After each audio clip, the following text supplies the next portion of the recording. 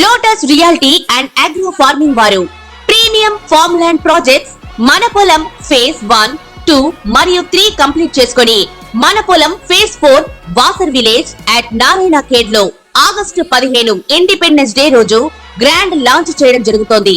Launching మరియు independence day సందర్భంగా 5 guntas land out rate లో బుక్ చేసుకున్న వారికి 1,50,000 రూపాయల డిస్కౌంట్ తో పాటు 2 గ్రాముల గోల్డ్ ఫ్రీగా ఇస్తున్నారు. పూర్తి వివరాలకు సంప్రదించండి. నమస్కారం. ఈ సెప్టెంబర్ నెల మాస ఫలితాలు నేను ఇప్పుడు చెప్పబోతున్నాను. సెప్టెంబర్ నెలలో 7వ తారీఖు నుంచి గణపతి నవరాత్రులు ప్రారంభం అవుతున్నాయి. భాద్రపద మాసం సెప్టెంబరు 4వ తారీఖు నుంచి ప్రారంభమవుతుంది. సెప్టెంబర్ నెలలో గణపతి ఉత్సవాలు జరుగుతున్నాయి కనుక అందరూ గణపతిని ప్రార్థించి తమ కోరికలు నెరవేర్చుకునేలాగా గణపతిని ప్రార్థించి పూజలు చేస్తారని ఆశిస్తున్నాము. ముందుగా ఓం శ్రీ మహాగణాధిపతియే నమః, ఓం శ్రీ మాత్రే నమః.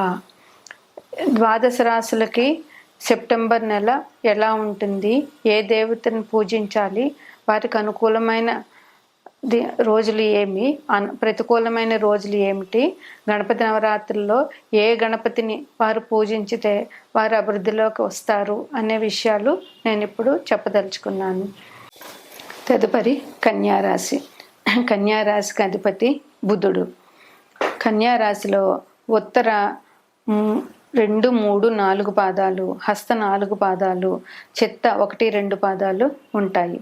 కన్యారాశి వారికి ఈ మాసంలో అనుకూలత తక్కువనే చెప్పవచ్చు. వీరికి ఈ రాశి వారికి ఈ నెల అంత అనుకూలంగా లేదు. అన్ని రకమైన బాధలు వీరికి ఈ మాసంలో వచ్చే అవకాశాలు చాలా ఎక్కువగా ఉన్నాయి. ఏ విషయంలో అయినా కూడా వీరికి కలిసి వచ్చే అవకాశం చాలా తక్కువగా ఉంది. వృత్తి వ్యాపారాల్లో వృత్తి అన్ని రకాల వృత్తుల వారికి కొంచెం ఇబ్బందులు ఎదుర్కొనే అవకాశం ఉన్నది. అందువల్ల వీరు జాగ్రత్తగా వృత్తుల్లో చేసేవారు జాగ్రత్తగా ఉండాలి. వ్యాపారం చేసేవారికి కూడా ఆదాయం, ఖర్చుకు తగ్గిన ఆదాయం దొరుకుతుంది, కానీ లాభం అనేది తక్కువగా ఉంటుంది. వ్యాపారం చేసేటప్పుడు వీరు జాగ్రత్తగా ఆచితూచి వ్యవహరించవలసిన అవసరం చాలా ఉంది. ఆదాయం, ధనం చేతికి దొరుకుతుంది, కానీ ఎక్కువగా లాభాలు వచ్చేంత ధనం దొరకదు. ఖర్చులకు సరిపడా ధనమే దొరుకుతుంది. అందువల్ల ధనానికి సంబంధించి, ఆదాయానికి సంబంధించి వీరు ఖర్చులు పెట్టుకునేటప్పుడు జాగ్రత్తగా చేసుకుంటూ ఆదాయం మిగుల్చుకునే అవకాశాలు పెంచుకోవాలి.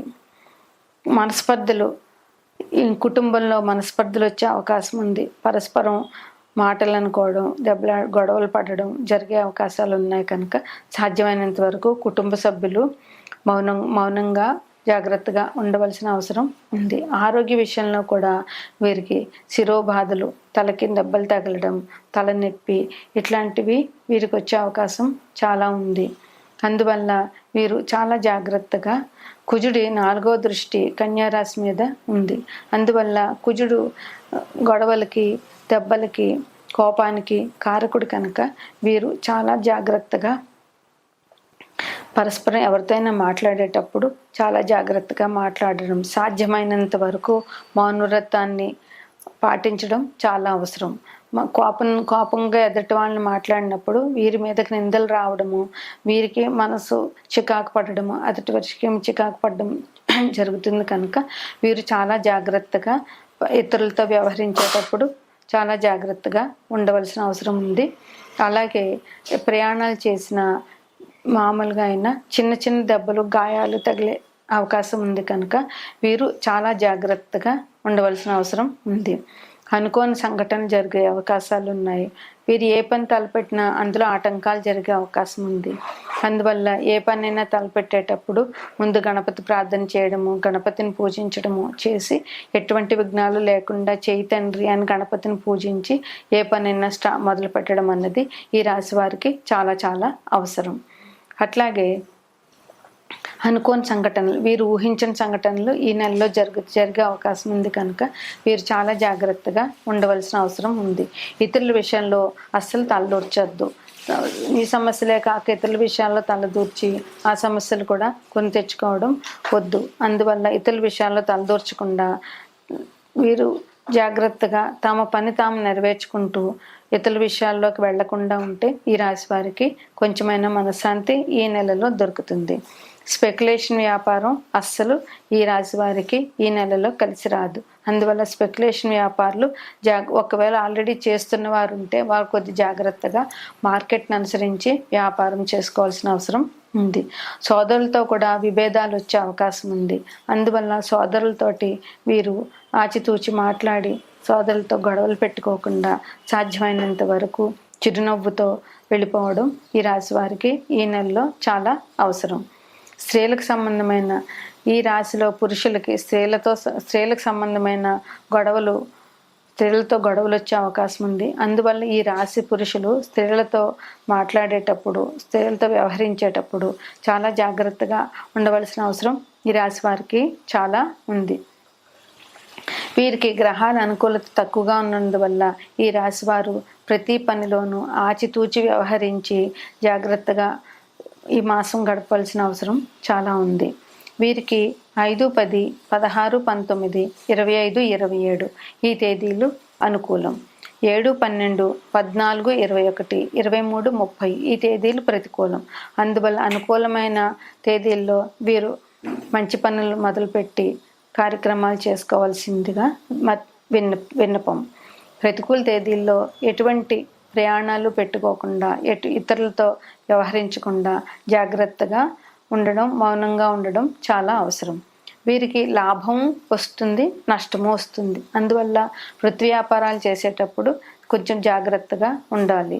సుబ్రహ్మణ్యేశ్వరుడి స్వామికి పూజలు వీరికి చాలా అవసరం ఈ నెలలో. అందువల్ల సుబ్రహ్మణ్యేశ్వరుడి దర్శనం, సుబ్రహ్మణ్యేశ్వరునికి పూజలు చేయడం ఈ రాశి వారికి చాలా అవసరం. జంటనాగులకి పాలతో అభిషేకం చేయడము, జంటనాగుల తోక దగ్గర బెల్లం నైవేద్యం పెట్టడము, సుబ్రహ్మణ్యేశ్వర స్వామి అష్టకం, సుబ్రహ్మణ్య భుజంగ స్తోత్రం చదవడం ఈ రాశి వారికి చాలా అనుకూలం. ఈ సెప్టెంబర్ 7వ తారీఖు నుంచి గణపతి నవరాత్రులు ప్రారంభమవుతున్నాయి కనుక ఈ కన్యా రాశి వారు ఆకుపచ్చ రంగు లక్ష్మీ గణపతిని పూజించి మూంగ్ దాల్ లడ్డూలు, ఎండు ద్రాక్ష పళ్ళు నైవేద్యం పెట్టి గణపతి అనుగ్రహానికి పాత్రలు అవ్వగలరని కోరుకుంటున్నాం. మనకి శ్రావణ మాసం వెళ్ళిపోయేది. భాద్రపద మాసం సెప్టెంబర్ 4వ తారీఖు నుంచి మొదలవుతుంది. సెప్టెంబర్ 7వ తారీఖు నుంచి గణపతి నవరాత్రులు ప్రారంభం అవుతాయి. తెలుగు మాసాలలో 7వ మాసం భాద్రపద మాసం.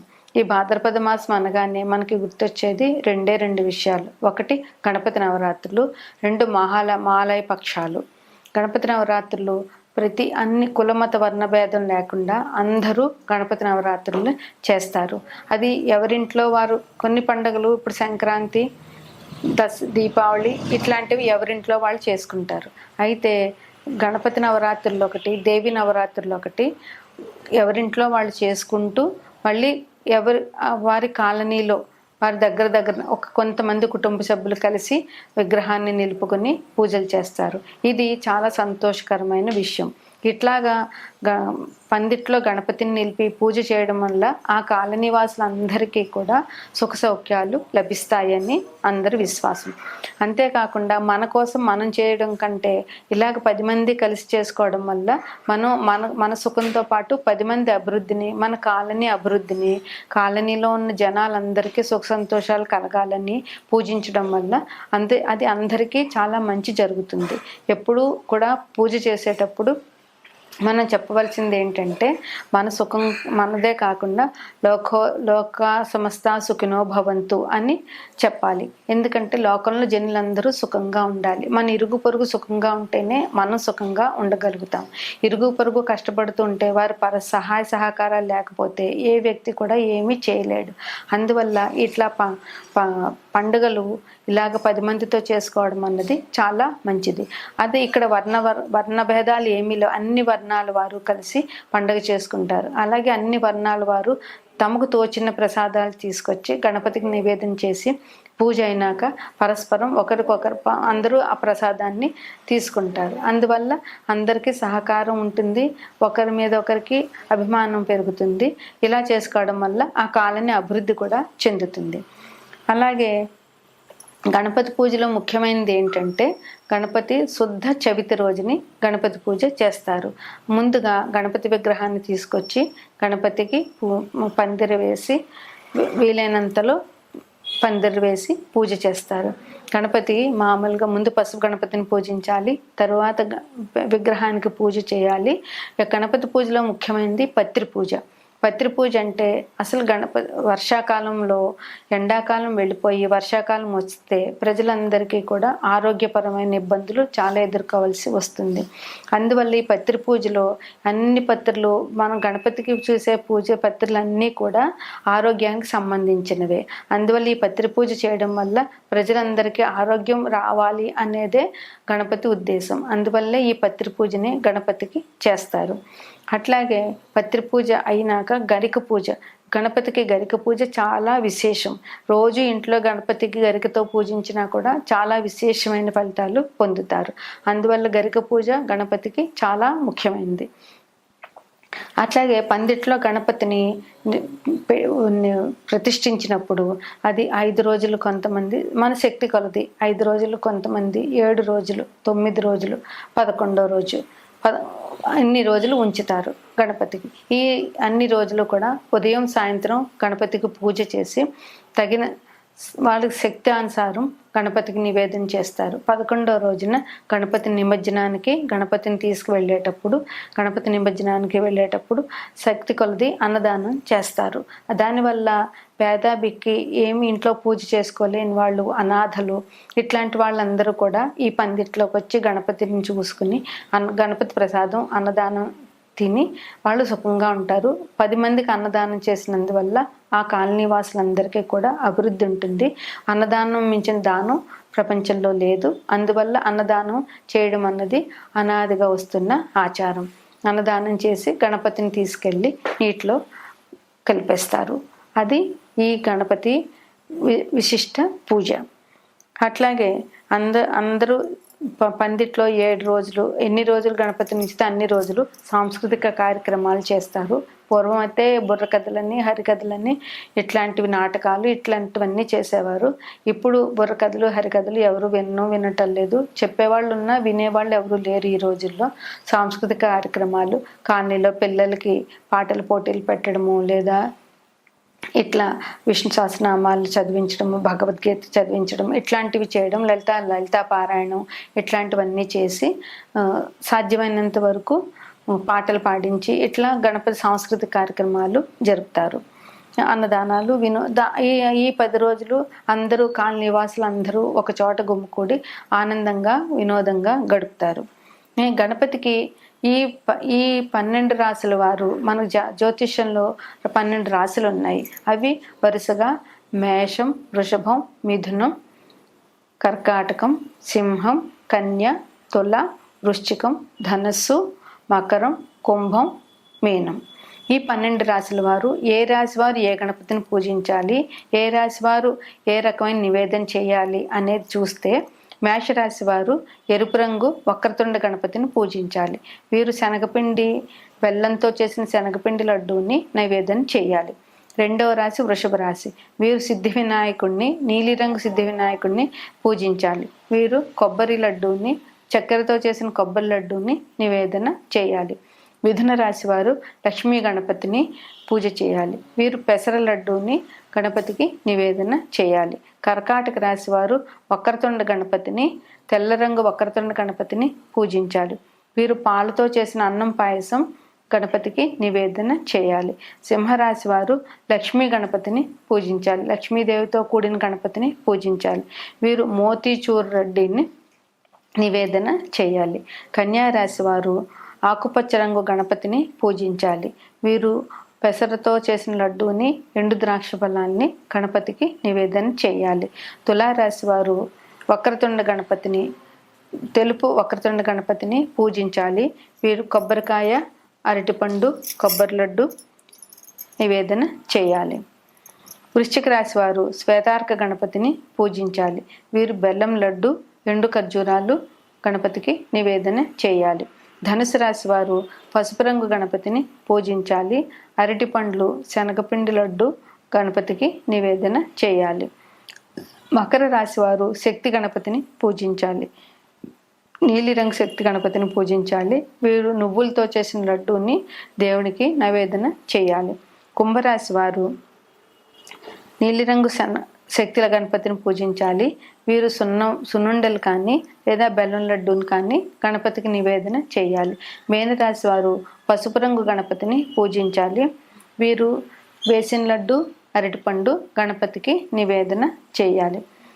11 రోజులు అయిపోయినాక గణపతిని నిమజ్జనం చేసేటప్పుడు అన్నదానం చేసి పుట్టి కొట్టి అందరూ సరదాగా హల్దీ ఆడుకుని అప్పుడు గణపతిని నిమజ్జనానికి పంపిస్తారు. గణపతి నిమజ్జనం జరుగుతున్నంతసేపు కూడా గణపతి అందరి కాలనీలో ఊరేగిస్తారు. ఊరేగించినప్పుడు గణపతికి ధూపదీప నైవేద్యాలు సమర్పించి కొబ్బరికాయ, అరటిపళ్ళు, శక్తి కొలది సమర్పించి గణపతి ప్రసాదాన్ని తీసుకుని గణపతిని సాగనంపడం మన ఆచారం. ఇది అన్ని పండుగల్లో చాలా శ్రేష్టమైనది. ఏ పూజ చేయాలన్నా మనం ముందు గణపతిని పూజించాలి. మనకి ఏ విఘ్నాలు లేకుండా మన కార్యక్రమం జరగాలంటే, ఉదాహరణకి ఒక నామకరణం, ఒక పెళ్ళి, ఒక గృహప్రవేశం, ఏదైనా చిన్నది ఏదైనా, ఈవెన్ దేవి నవరాత్రుల ముందు కూడా ముందు పసుపు గణపతిని పూజించే గణపతిని పూజిస్తాం. ఆఖరికి గణపతి పూజకు కూడా ముందు పసుపు గణపతిని పూజించే గణపతిని పూజిస్తాం. అందువల్ల దేనికైనా అన్ని విఘ్నాలకి నాయకుడు ఈయన కనుక ముందు గణపతిని పూజించితే మనం ఏ కార్యక్రమం తలపెట్టినా, ఏ పని చేసినా ఎటువంటి విఘ్నాలు లేకుండా ఆయన మనని అనుగ్రహిస్తారు. అందువల్ల గణపతి పూజ సర్వశ్రేష్టం.